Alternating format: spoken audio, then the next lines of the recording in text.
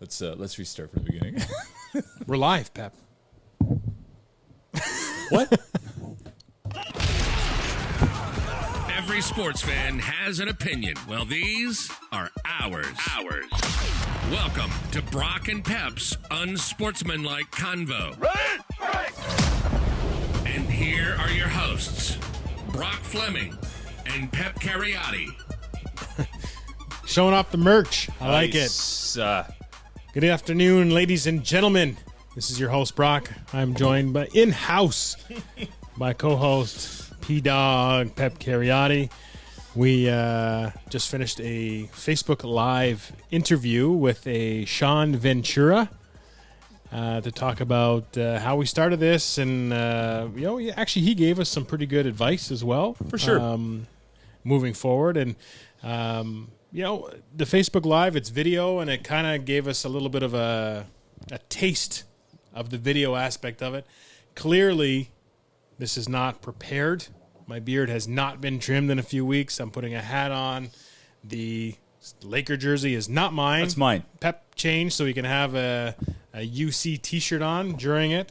So our setup is not great for video at this point. Speaking of, yeah, we got a few of these Raglans left, a couple of T-shirts left as well. So those are looking to, fancy it up as the patios in Ottawa start opening up, and you want to support it and wear that out. And how much really, are these again?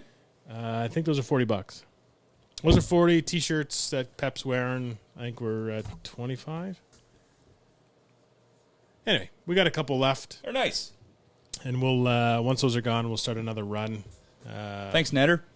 Yeah, shout out to Nad Sports. A shout out to Mike Herzog, who actually made that little block of wood that's underneath your microphone there, and that as well. And the coasters. That was the original logo that he kind of made on a whim. And That's right. It was nothing official. Now, of course, you took it and branded it and got it official. But he actually just made that up. That was pretty cool. That was pretty cool. Yeah. Anyway, sports. We're still in a holding pattern, waiting for things to get going. There's been some delays now in the NBA with players expressing their concern about their safety, really, and rightfully so. The MLB is a disaster. We'll talk about that. Hockey seems to be making progress. Now they're just determining sort of a venue at this point where they're going to do it. I mean, it's mid-June. Are we talking hockey in mid-June restarting even? Is hockey It's weird. more likely to go because of the glass acting as a natural sneeze guard? That's right, being at the cold cut section of I Loblaws. was in Costco, yeah. And some guy's there, and he's looking at me because he knows I'm looking at him going like, Oh, no, I don't get it. But he's got, like, not the mask, but he's got glasses, but he's got the full, like, sneeze guard shield that kind of wraps his face or whatever that goes. And But does it cover his, like, is it open air underneath his chin? Oh, yeah, it's open air underneath his chin. That doesn't cut it for me. You know what? And I know the look I was giving, and I wasn't conscious of it, but I caught myself because he made eye contact with me, and his reaction told me that I had a resting bitch face look on my face, looking right at him like, you're a twat. And he... We're going to censor that one? Maybe we're not cut out for video or live whatsoever. I'm sure we could find some sort of funny horn to play for that word. Anyway, Okay. I'm not as far as masks in public and all that. I'm just following the guidelines, the public health guidelines personally. I mean, if you choose not to wear one, I trust that you have no symptoms. Even still, if you're asymptomatic, I mean, how are you going to know if you even have the virus? So tricky business, but We're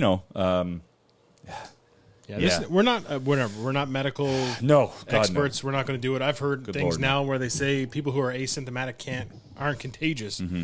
So it is what it is. I got a bottle of hand sanitizer the size of a 40 a Jack. Would probably do the same thing if you drank it. Exactly. Anyway, we got that. We're covered. But look, we're talking COVID and sports still. We talk about, we mentioned this on the last interview with Sean Ventura about, Ezekiel Elliott being testing positive for COVID. And then all of a sudden, because the Houston Texans and Dallas Cowboys are in or around the same venue, there's concern that this could spread. This is how quickly this virus spreads. So, there are major concerns in these sports who are planning comebacks. And I mean, we're getting late in the game for hockey. Personally, basketball I could see, but hockey it doesn't make. When it's 35 degrees out, are we really going to care? We did in 2007 when the Sens were in the Stanley Cup Finals, right? Because I remember it was hot. It was different to go. I mean, shoot, I was working at the restaurant at the rink, and to go there in shorts and a T-shirt for a hockey game and the crowd being outside in 30 summer weather. Get-up was a lot of fun. Wild. Yeah. Anyway. Wild. Anyways, we do have some sports topics to discuss on our world famous version of...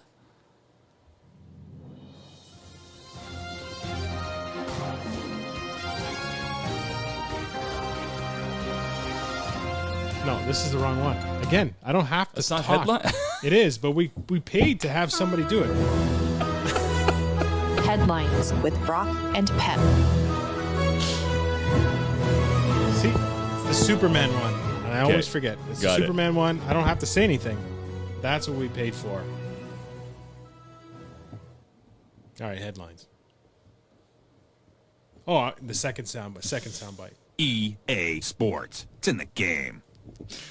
You know how many times I've heard that over this pandemic? Because I've been playing way more video games than I'm used to playing. Oh, yeah. I mean, I remember as a kid with my Sega, because EA Sports didn't do anything for Nintendo, the original Nintendo. So Sega was the next gen for me. EA Sports was the thing, the NBA Live 95, NHL hockey.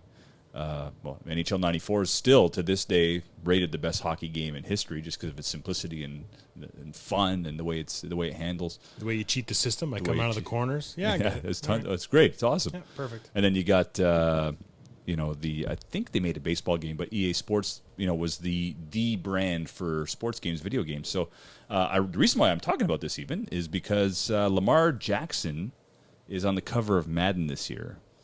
And it's that Madden curse, You are are loving it. Are you superstitious, Brock, when it comes to that? Uh, I mean, it's so silly to bring up even, but it's a No. legit thing. I mean, guys who are on the Madden cover feel the pressure. Forget the curse of getting hurt. Just they feel the pressure, and he, Lamar Jackson had an all-world season last year in an offense built around him perfectly. They lost Hayden Hurst. And their offense was predicated around those three tight ends and running the ball. They ran the ball, and they drafted the kid from Ohio State this year. So they're ready to rumble, set to go.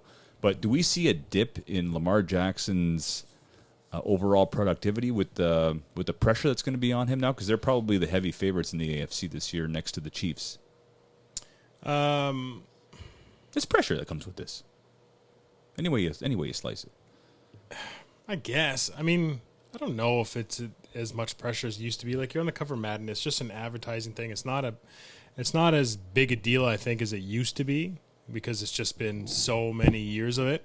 So, I mean, Peyton Hillis was on the cover of Madden at one point, right? So let's put that into perspective. Good point. Any pressure is just going to be from an internal organizational thing. And the fact they choose Madden players based on people who have had good seasons, who have or are predicted to do well the next season, that's why they choose them. I think the pressure has nothing to do with that actual cover. Like, wasn't Mahomes on it last year? I think so, yeah. Yeah, and He won the Super Mahomes, I think he probably did all right. I think he did okay. So no, I don't buy into it. When you were younger, I say specifically when you were younger, because right now I think you play exclusively with your pals online and stuff when you do play. But did you prefer to play against a computer or a friend when you were a kid? Oh, 100% a friend. Oh, yeah? 100%. Yeah, because you can't trash talk a computer. You can't, blow them out and then have the same excitement of trash talking and the same satisfaction. Yeah, yes. I remember my brother might kill me by telling him this story, but it's a quick story. We used to play Jordan versus Bird on the Nintendo. Mm-hmm. It's as simple gets. It's one-on-one. It's not teams. And Bird shot threes and Jordan dunked. And I always used to take Jordan and he would take Bird. And Bird was a little better in the game because, 3 points is worth more than two. So, but I used to win. And I think, it was one of those things where I was younger. My brother's got 8.5 years on me, so he'd always beat me. But it's like, that one moment where you finally beat the big brother. He got a little upset. Not at me. He wasn't directing anything towards me. Just angry. And he did the old Chuck Norris kick into the wall and put his foot through the wall. And then, of course, my mom came down and said, "What did I do to get your bigger brother upset?" I said, "What? I just beat him at a video game, Mom. He put a hole through the window." And she's like, "Well, now he's upset." And I'm 12. He's 19. Like Ma, I destroyed him. I killed him, Mom. It was great. Well, my brother and I had that too. The same sort of rivalry, but until one player uses those Nintendo remotes with the long cord, like one of those, I don't even know if it's a nunchuck or what you want to call it, where you just whip it around and smack somebody. Then when the video game becomes a weapon, then you've really got under their skin. Kurt's pretty excitable. He gets like Excite Bike level 20 when it's he gets all pumped up. Anyway, okay, moving on. More than 8 owners have expressed their opinion when it comes to whether MLB should have a season this year. Their opinion, at least 8 owners, I should say, is simply they don't want a season this year. Too much. They're going to lose too much money with no fans in the stadiums. Obviously, the players want 100% of their salary at 70 games, which is less than 50% of the games. So, what do you think? Should the owners just go ahead and take the loss for the sake of the fans? Because baseball is one of those sports that can't really handle any more lockouts or these delays in play. They can't. The sport isn't strong enough. They don't have a strong enough fan base to survive these anymore. 94 almost killed the sport. That lockout when the Expos had a really great team. Yeah, convenient. Right? But the sport almost died, and Mark McGwire and Sosa were a big reason it didn't. What do you think should happen this year? Should they? I mean, baseball is the one sport I thought that could actually make some headway with this virus because it's by nature socially distant. You're not close to anybody. You can adjust the rules to have tag plays at each base so that there's not that much contact. But I mean, in the field, really, at the most, you're tagging somebody with a glove. Yeah, I mean, logistically speaking, baseball could accommodate the new rules and regulations to limit the spread of the disease. Yes. More than any other sport. Probably. NASCAR, you keep pretty distant, I guess, even from a golf standpoint. Like some of those where you're really not interacting with anybody else. I mean, yeah. But I get, yes. But those are individual sports, right? Like tennis and NASCAR and golf, it's you versus somebody else, and you're not having to really commiserate with anybody. If in golf, maybe you're caddy. But, like the team, in terms of team sports, baseball really had it set. Okay, yeah, baseball is a team sport, but it's also, people argue that it's just a bunch of individual sports sort of at the same time. I could see that. I could understand why. You got a pitcher versus a batter, but right. In the field, you have to work as a unit. But regardless, yes, yeah, they can take the proper steps, I think, for sure. But also, I don't think it's at the same level as some of the other lockouts and stuff they have to worry about because of the situation the whole world's in. It's not just baseball players are being greedy with the money or the owners are locking them out. Like, it's not a dispute in that typical traditional sense where there's other sports and those other people, those fans, like, you know what? Screw baseball. I'm going to go watch football. I'll watch basketball. I'll do something else. There is nothing else. Right. So I think, sports in general, I would support not participating in a season if it is in the best interest of the overall health of the world population. And from a baseball standpoint, if you can't come together, that's, more indication as to maybe it's best to say, you know what, let's just chalk it up as a loss, lack thereof, and for lack of a better term, and say, let's move on to next year. I could appreciate that. I appreciate that statement. It's a safe statement. It's an honest one. I just thought, personally, baseball out of all the sports had a real opportunity to basically seize the market, the sporting market. The world, all eyes would be on professional baseball. every other sport is really going to struggle. We're seeing this in football. Even the season hasn't even started. The training camps with the Dallas Cowboys and Ezekiel Elliott. I can't say his first name for you. Don't want to, but anyway. But he's been tested positive for COVID-19, and apparently there's some Houston Texans who are also testing positive, but they haven't released the names yet. So baseball really had an opportunity here. Every sport is saying that exact same thing. Hockey's the same thing, where you say, okay, they're trying to get back to a tournament.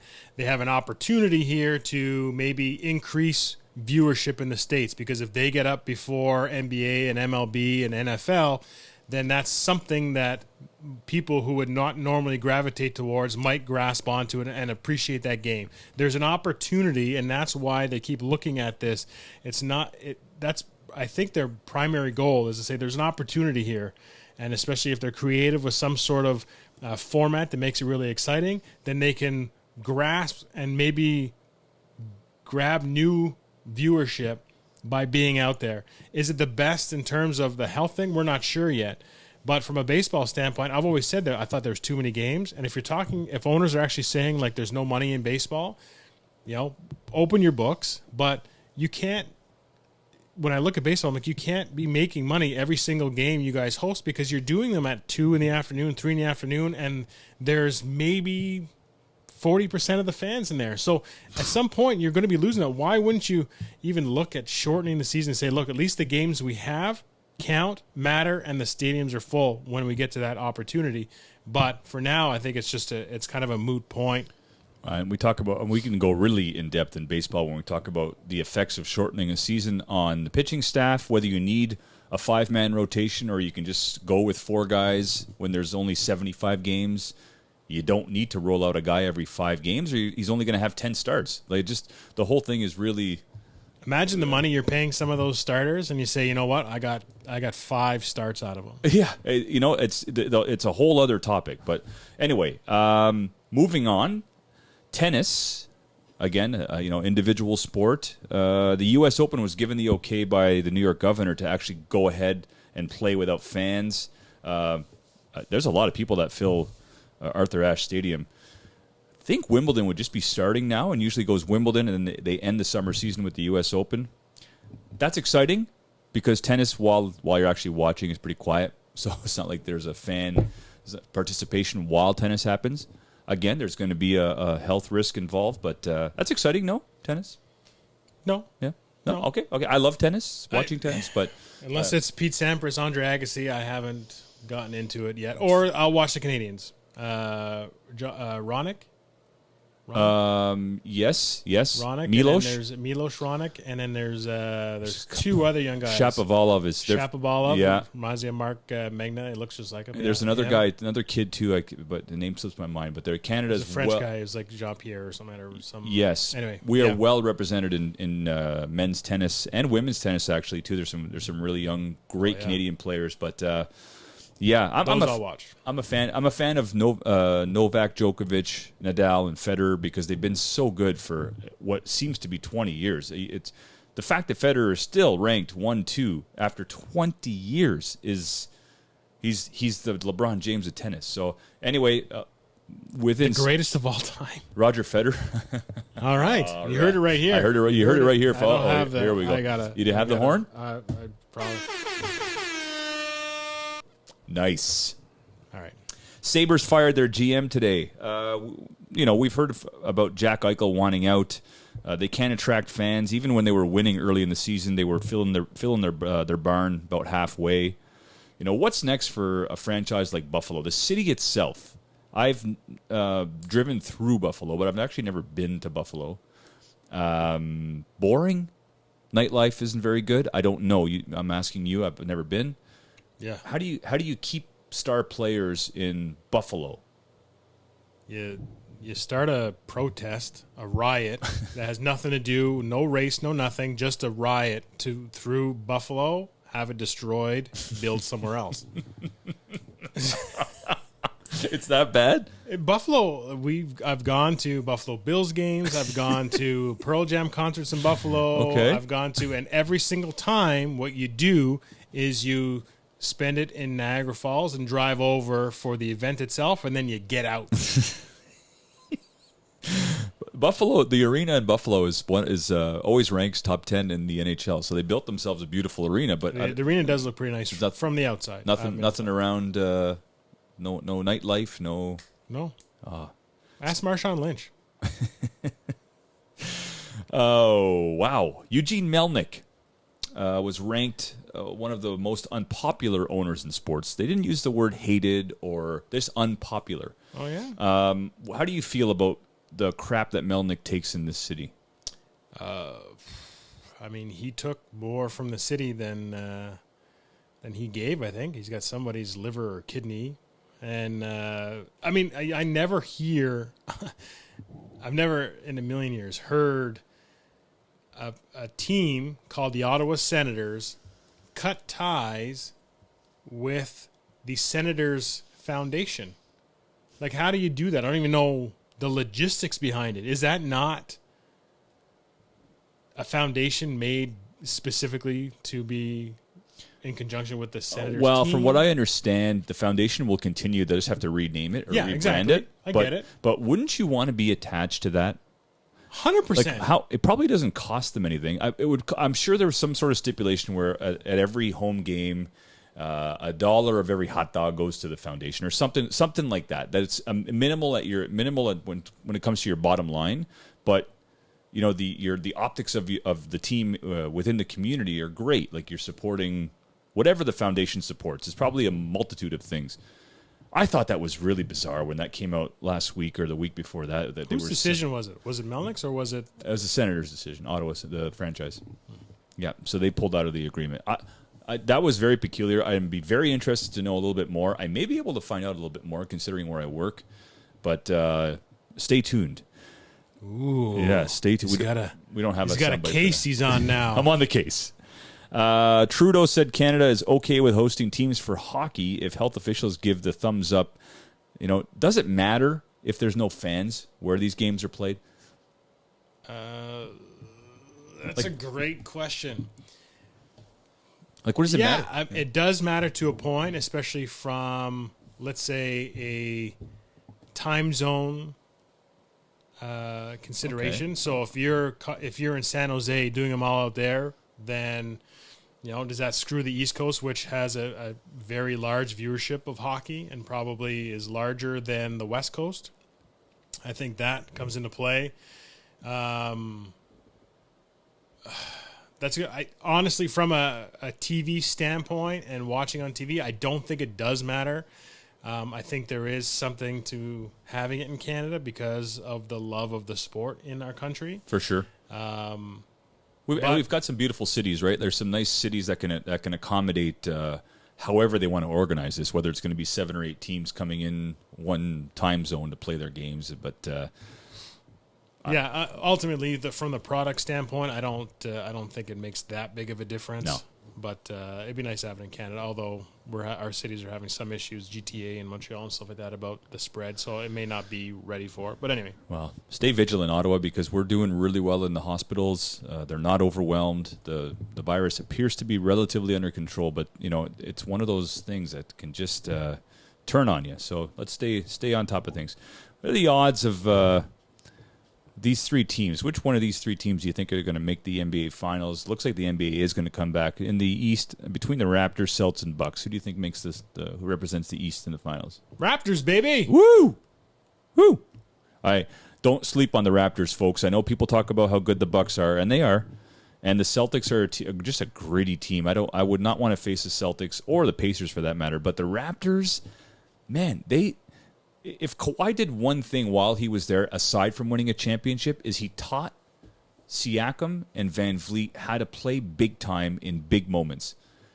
They learned from him how to score when you need a bucket in a half-court, slow-paced game. And then you still got Lowry, and you got OG, who is a great defender. You got Terrence Davis III, who before the season started, I saw him in preseason in the first couple of games. I said to you, Brock, this kid is gonna be good.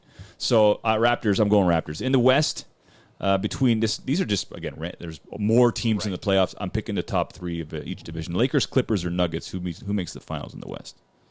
I think I chose Lakers and trying to think of what I did. I don't want to be contradictory to my earlier basketball podcast. Well, we've seen enough season. You're allowed to You're allowed to switch your opinion. You've seen enough season. I think I probably took Clippers. I want Lakers and Raptors in the final. Could you imagine? Wow, the best in America versus the best in Canada. I want to see an NBA return to Vancouver. They were talking expansion. Vancouver was a city that was brought up, and I would love to see basketball return to Vancouver. The Grizzlies I don't know. Are Grizzlies big in Vancouver? I don't understand how they came up with the name even. And Grizzly Bear, it's probably big at BC. I don't know. Yeah? Big Grizzly Bear population out there in BC? I would assume so. Okay, well, maybe they could Never take the been, Grizzlies. I think. Apparently there's Grizzlies in Memphis. So, yeah, maybe they can swap names like the Hornets did with New Orleans. That was big. Is it Big Country? What was the guy's name? Reeves? They did a 30 for 30 on him. He's been in isolation for like the last decade, just working on a farm. Did you see that? No, trying to get his mustache thing Sports going. You should see, A little bit better. He's a piece of work, man. Okay. All right. He's actually it was a really good piece. Someone who worked for Sportsnet was a lifelong Grizzlies fan and always loved Bryant Reeves and tried to track him down. He was almost impossible to find, but he agreed to do an interview with Sportsnet, which was really cool. But you should look it up. It's a really good sign. I want to end off the show with 2 questions. Mike Gundy, his interview yesterday. The whole thing's a little bizarre. Mike Gundy, as you know, coaches Oklahoma State Cowboys in NCAA football. Was seen in I'm a man. I'm 40. That's the guy. clip. Wearing a T-shirt with the OAN logo on it. That's a very right-wing news channel. That's I'm not here to debate whether they're right or wrong or this and that and the other. But they've said asinine things like Black Lives Matter is just a farce. They've said a couple other things. We're just not even going to go there. Just ridiculous. Anyway, he was wearing a shirt in support of that channel, or it was just a T-shirt that he put on because he had no laundry. Either way, he was wearing the shirt in a photo op.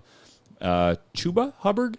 Yeah, Chubba. It's Chubba, eh? The guy on TSN called him Chuba, and I thought, no, Brock calls him Chubba. So it's Chubba Hubbard, who's the all-world running back for them.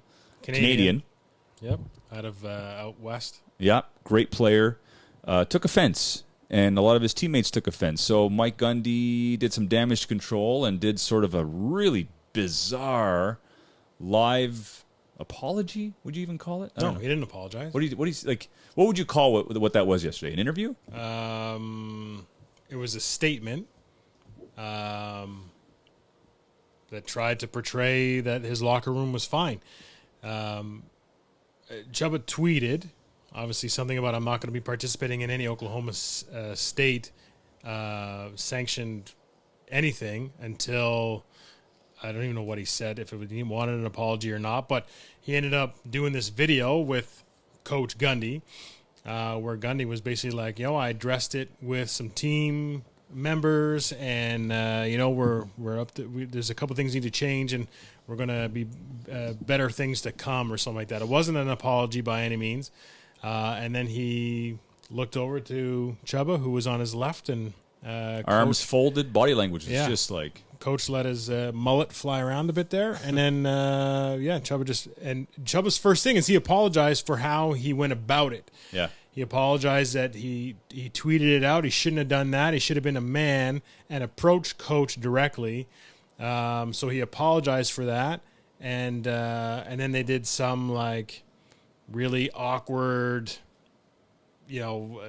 bro handshake kind of thing, stuff you do with like your teammates and people like you actually like, but you could tell that Hubbard wasn't quite into it, but they did it, and I'm gonna reserve judgment until it's supposedly said and done, but I think I'd never really liked Mike Gundy. I never liked that whole I'm a man, I'm 40. Like, it's not about you. It's about whatever. It's about an article. In his defense of that actual thing, he was defending a player. He was defending a player who was taking heat from the media, and he was like, "These guys are kids. Like, I'm a man. Come, you want to take shots at me, but not those guys." So, okay, I can respect some of that, but this thing here, from where his stance is, I think is fairly clear. Again, generalizing, but you got a mullet, you're wearing the OAN shirt, you're in some, whatever. You're not apologizing for your actions. You're kind of beating around the bush. Yeah. Doesn't scream to me somebody who is on board. No, and in this day and age, you got to do your homework with these types of things, and you're representing a news channel that may not jive with your teammates or your players. It just do your homework. Do your homework. I got one last question for you, Brock, and then we're gonna head on out. Beauty. It's real simple. Out of these two teams, which one of these teams was the best team to not win a championship? The 1990s Bills or the 2000 Suns? And before you answer that, I could have put a million teams in this, but they actually won championships. For example, as I draw a blank, LeBron's Cleveland Cavaliers. They actually ended up winning a championship in his second version, and they were a much better team with Love and Irving than they were with that first rendition with Zydrunas Ilgauskas and Larry Hughes, who Sean Ventura had mentioned in our first podcast here. But the Phoenix Suns were an amazing team with Steve Nash when they had Marion, Nash, and Stoudemire in their prime for about 5 years. After Shaq left, the Suns were money in the bank. Which one of those teams was the better team to not win a championship? I think I go with the Bills. The Bills? Yeah. The Bills, I still to this day don't really know how they didn't win a Super Bowl. Like the talent they had all across the board, really, was phenomenal. And I think that, it was just... We could do a podcast on the Bills. But, at first when you were asking me the question, I thought you were talking about teams that broke my heart as a kid, and the Bills being one of them, and then the Phoenix team, but it was from Phoenix in 96 or 98 or whatever, that broke my heart at that point. I still would have chosen the Bills over those two teams. But and I say Phoenix, I say the Suns of the 2000s because they had a stretch of about 5-6 years where they won 50, 60 games. Barkley's Suns really only lasted 2 to 3 years, and then he moved on to Houston. His better years were with Philadelphia, but I would choose the Bills too, only because the Bills should have won that first year when they lost with the wide right against the Giants. They were a much better team than the Giants. Yeah. But the other Super Bowls, Washington was a juggernaut, and then the Dallas Cowboys were the Dallas Cowboys. I mean, the best rebuild in the history of sports. So anyway, that's all we got for today. Unless you want anything, you want to add anything to that list of headlines. We're keeping it short. Not bad. That's right around the half-hour mark. Yeah. We're going out to some fun music. Yes. Got a new truck, put the sunroof open. It's and nice. I was listening to like 90s hip-hop. And the songs that come on, just the nostalgia. Play it. You ready, mate? All right, everybody be out there. Be safe. Due diligence in terms of your health. Let's get through this. Sports will be back soon. Enjoy Mace. Try and live it up, rock jewel, bigger truck, piece all glittered up, stick a kid, nigga what? Jig with a cut, sip crisp, spit it up, hoes rock, get your nut, till I can't get it up. I'm a big man, get this man room, I done hit everything from Cancun to Grand Tune. Why you stand on the wall, hand on your balls, lighting up drugs, always fighting in the club. I'm the reason they made the dress code, to figure out what and why when I'm in my fresh clothes. Dresses I suppose, from my neck to my toes, neck full of gold, baguettes in my rolls, rec shows, collect those extra O's. By the E, get a key to the Lex to hold. East, west, every state, come on, bury the hate. Millions, the only thing we in the hurry to make. Whether from the ex-friend, intellect, or bins, let's begin. Bring this BS to an end. Come on. Bad, bad, bad, bad boy. Yeah. You make me feel so good. Bad you know you make me feel so good. Yeah. You know you make me feel so good. That's what we do. Bad, bad, bad, bad Come on. Boy. I wouldn't change you if I could. Book it.